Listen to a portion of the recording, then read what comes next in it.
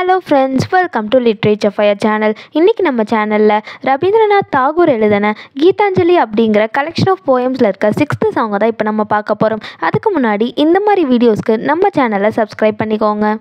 இந்த கீதாஞ்சலியோட இன்ட்ரடக்ஷனும் ரவீந்திரநாத் தாகூரோட இன்ட்ரடக்ஷனும் இந்த கீதாஞ்சலியோட first poem வீடியோவில் நான் கிளியராக எக்ஸ்பிளைன் பண்ணியிருக்கேன். வேணும்னா அந்த வீடியோவை செக் பண்ணிக்கோங்க.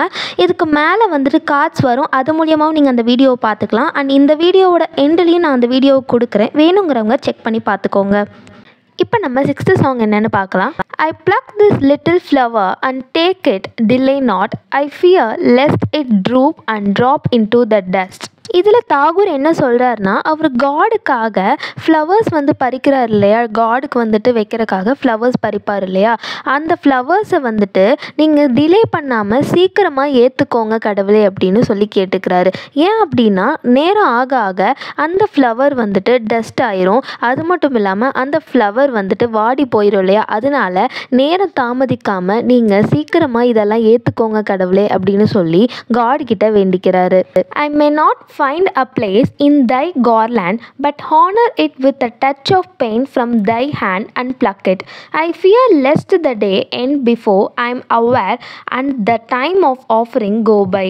இதில் தாகூர் என்ன சொல்கிறாருன்னா, அவர் அந்த ஃப்ளவர்ஸை பறிக்கும்போது, அந்த கார்லேண்டில் அந்த ஃப்ளவர்ஸ் அவர் பறிக்கும்போது அவர் கைப்பட்டு அந்த ஃப்ளவர்ஸ்க்கு எவ்வளோ வலிச்சிருக்கும் அப்படின்னு சொல்லி சொல்கிறாரு.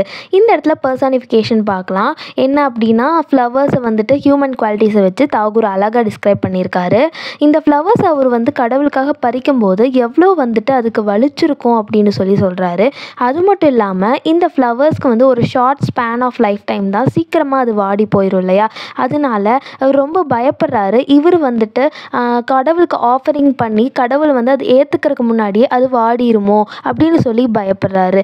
அதனால தான் காட் கிட்ட இதை சீக்கிரமாக ஏற்றுக்கோங்க கடவுளேன்னு சொல்லி கேட்டுக்கிறாரு.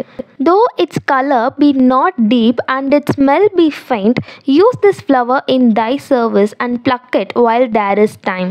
இதில் தாகூர் என்ன சொல்கிறாருன்னா, அந்த ஃப்ளவர்ஸோட கலர் வந்துட்டு டைம் ஆக ஆக டீப்பாக இல்லை, டிம் ஆக ஆரம்பிச்சிருச்சு.